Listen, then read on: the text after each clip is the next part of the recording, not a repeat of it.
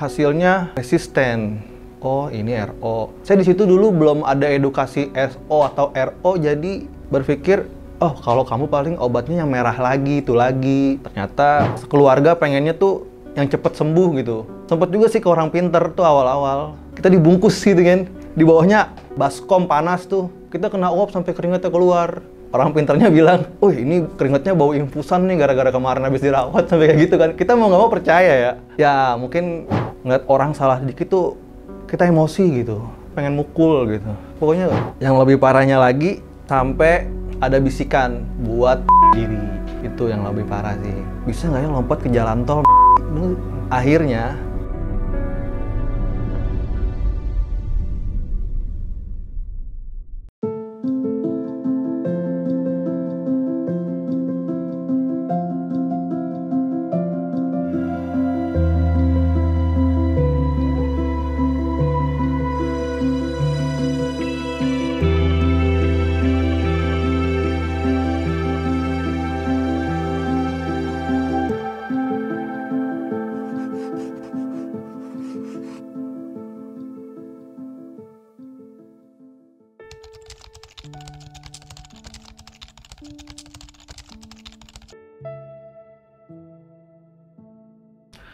kalau untuk kasus halusinasi, sebenarnya nggak semua orang ya.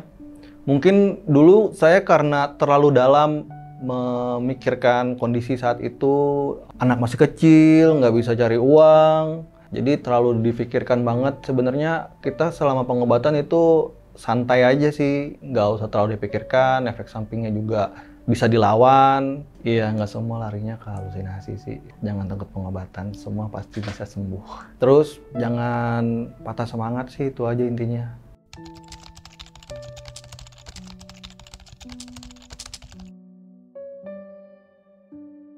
Waduh, sering sih ya. Kalau awal-awal kan di bulan tahap awal itu 6 bulan pertama itu sampai 3 kali karena kontrol HB rendah, transfusi, nginep seminggu, transfusi, nginep seminggu. Kurang lebih 3 kali lah. Sama yang ICU 4 kali berarti. Iya, sama yang ngamuk itu beda rumah sakit. Berarti 5 kali kalau sama beda rumah sakit. Itu sih.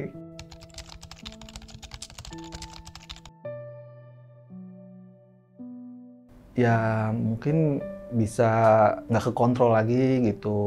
Kurang tidur juga. Itu karena kalau malam mau tidur tuh overthinking terus, nggak bisa tidur, jadi pikiran mikirin ini bercabang lagi. Walaupun kita udah main HP nih, tetap nggak bisa tidur, terus berdebar-debar terus kalau malam, kayak panik gitu malam.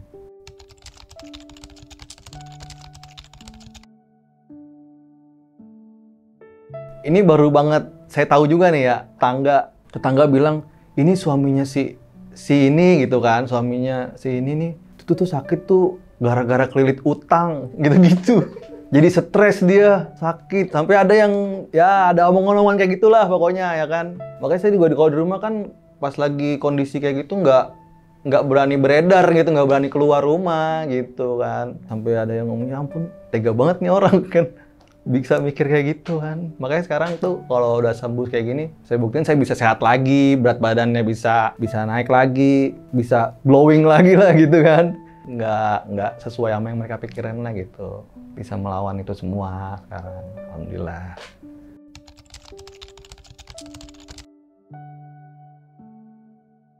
Tantangannya ya di halusinasinya. Kalau efek samping obat di badan masih bisa kita lawan. Cuma yang itu halusinasinya nggak bisa ketahan sama sekali. Yang bikin kacau lah. Jadi ada cerita-cerita yang sampai sekarang tuh udah nggak bakalan susah dilupain itu masalah-masalah emosi lah gitulah. Pokoknya sampai orang-orang bilang tuh, ini nih Rifki nih pernah gila tapi sekarang udah waras gitu kan. Tapi ya kita udah terima itu semua, ya udah jadi buat bahan ledekan aja biar ada cerita seru gitu. Nggak sakit hati kalau orang ngomongin, bawa happy aja.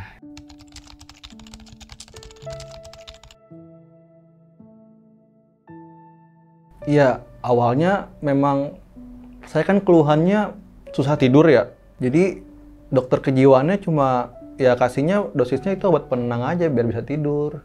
Mungkin karena sayanya juga bandel ya, disuruh minumnya setengah dosis, setengah butir tuh dosisnya sehari. Awalnya bisa tidur, terus seiring berjalannya waktu kayaknya setengah kurang nih. Satu, saya lebihin sendiri gitu.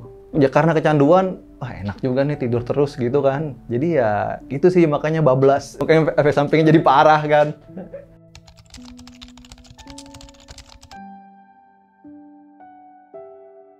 Nggak ada sama sekali, nggak ada.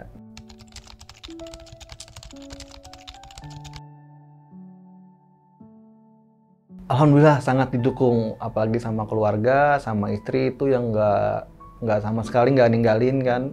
Sampai sembuh, sampai sekarang ya masih tetap support sih. Makanya sekarang bisa bergabung di organisasi penyintas PETA nih, masih didukung juga gitu. Karena ya memang mungkin memang udah jalannya ya.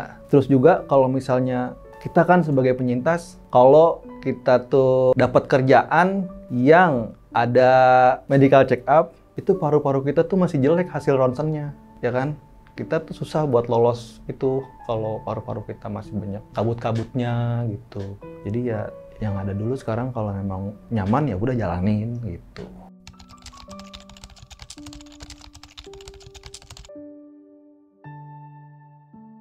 Bentuk supportnya ya dari keluarga itu selalu ngingetin kita minum obat yang rutin. Sampai-sampai pernah kan kita malas minum obat padahal udah jamnya. Kan kalau kita minum obat kan mau jamnya misal jam 9. Ini kita bangun tidur pagi-pagi jam 7, jam 6 udah kepikiran obat, itu udah mual bawaannya. Udah di pikiran minum obat lagi. Sampai akhirnya ya udah tuh obatnya dibuka-bukain sendiri sama istri saya kan. Suapin nih kalau nggak mau disuapin, ya udah. Ya udah mau nggak mau diminum. Habis itu kan mual-mual ya makan buah-buahan aja, apa manis-manis gitu kalau nggak batuk. Itu sih paling support terus, yang penting diingetin minum obat. Kalau misalnya ada efek samping kayak kita obrolin aja gitu. Istri yang paling support sih.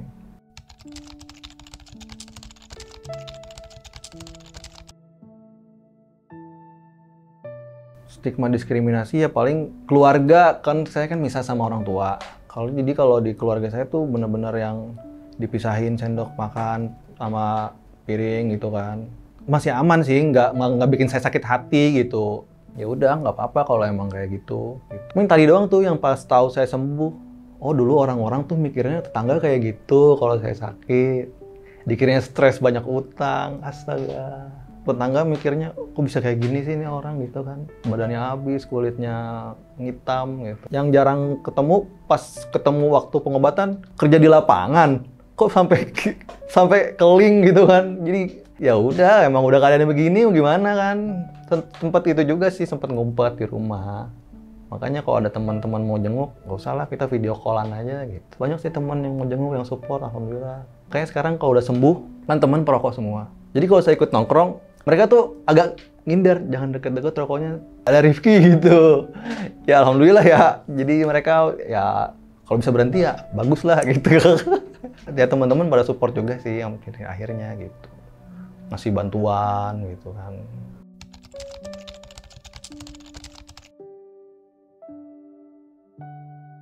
Yang paling motivasi itu pertama ya keluarga ya. Apalagi kan waktu itu pengobatan anak masih kecil, masih 3 tahun, masih butuh ayah lah, makanya pengen cium dia lagi gitu. Karena selama pengobatan kan nggak berani cium juga, pakai masker gitu. Anak deket-deket aja kita ngindar tuh kadang kayak gitu kan. Paling ya itu satu, terus yang kedua ya pengen produktif lagi. Pengen bisa ya cari uang lagi gitu, biar bisa jalan-jalan lagi gitu kan. Paling itu sih yang motivasi.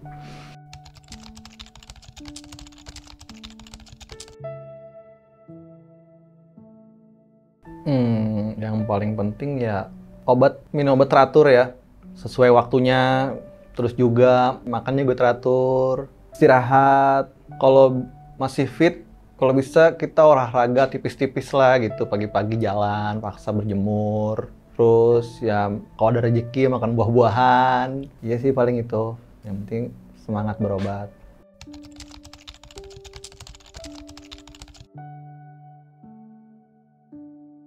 Istri saya, itu sih udah satu. Keluarga juga ya mendukung, cuma yang paling penting istri sih, yang paling berperan gitu. Dia kemana-mana, saya dirawat tiap hari dia tengokin meskipun nggak bisa meskipun dari jendela gitu kan. Waktu dirawat kan benar-benar diisolasi kan. Jadi dia sempetin gitu dateng lihat dari jendela gitu, sapa.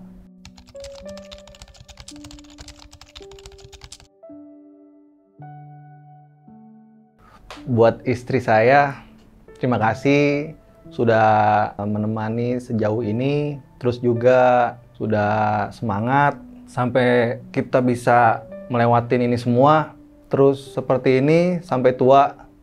Oke.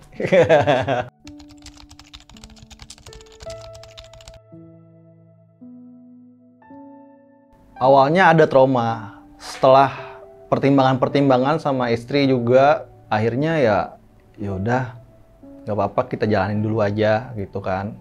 Karena saya juga berpikir kita loh ini pernah pengobatan, terus gimana kalau kita tuh ngasih support juga buat pasien-pasien yang sekarang sedang berjuang pengobatan gitu. Jangan sampai mereka ngerasain efek samping yang kita rasain gitu. Paling pertama itu sih, kalau kita di MK, kalau ke pasien tuh hanya menjelaskan beberapa tentang pendampingan aja sih. Jadi kan nanti kita perkenalkan ada pasien baru, kita kenalin sama pasien supportnya. Nanti mekanismenya pendampingannya seperti ini, pelaporannya gitu. PS harus ada beberapa foto setiap bulan, terus ada pendampingan secara online juga gitu. Pasien TBRO aja.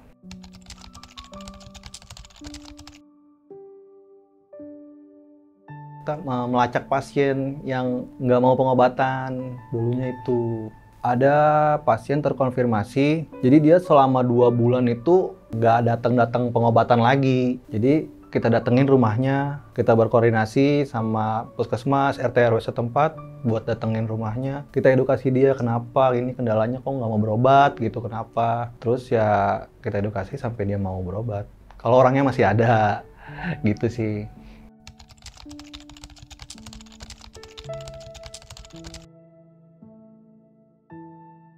Mereka tuh rata-rata awalnya dari puskesmas mungkin udah dipesan ya, nanti Bapak dapat pengobatannya segini banyak obatnya, nanti efek sampingnya juga berat. Jadi mereka mentalnya udah down duluan sebelum dateng gitu. Udah gitu obatnya minumnya lama.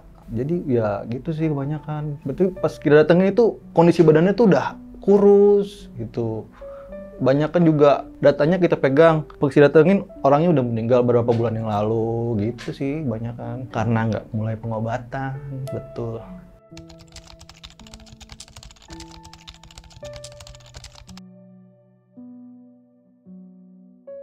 Tantangannya paling kita tuh kalau ada pasien nanya, Mas saya kan pengobatan TBRO terus paru-paru saya hasilnya jelek terus, itu bisa nggak sih balik lagi seperti awal gitu, bagus lagi gitu, nggak berkabut. Itu saya gitu kadang bingung jawabnya gitu kan. Yang harusnya ditanyain kan ya itu bukan kapasitas saya sebenarnya. Tanya-tanya efek samping sih kalau pasien gitu kita tantangan banget.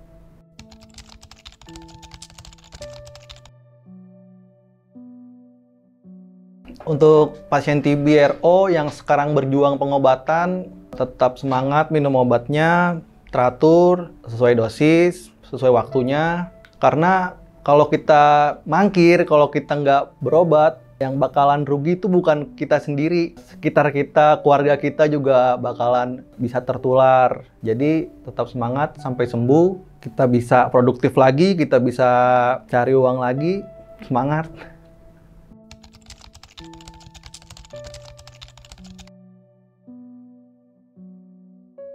Untuk keluarga pasien, tetap semangat mendampingi keluarganya yang sedang pengobatan karena dukungan dari komunitas, dari pasien supporter itu kurang kalau tidak ada dukungan dari keluarga di rumah yang memantau. Tetap semangat, kasih terus support buat keluarganya yang sedang berobat sampai tuntas pengobatan.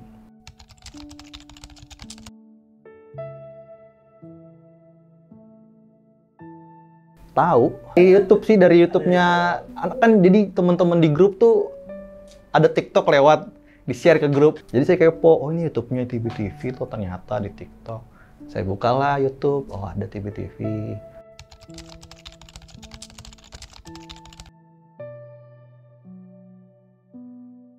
Bisa banget sih, makanya saya sampai kepoin kan itu kan postingan-postingannya. Jadi di situ pasien juga bisa yang masih awam nggak tahu TB itu bisa belajar dari situ sambil nonton Prof Erlina ya kan, bisa nonton juga dari penyintas-penyintas. Jadi bisa jadi motivasi lah buat pasien-pasien yang masih pengobatan ataupun yang masih takut pengobatan gitu.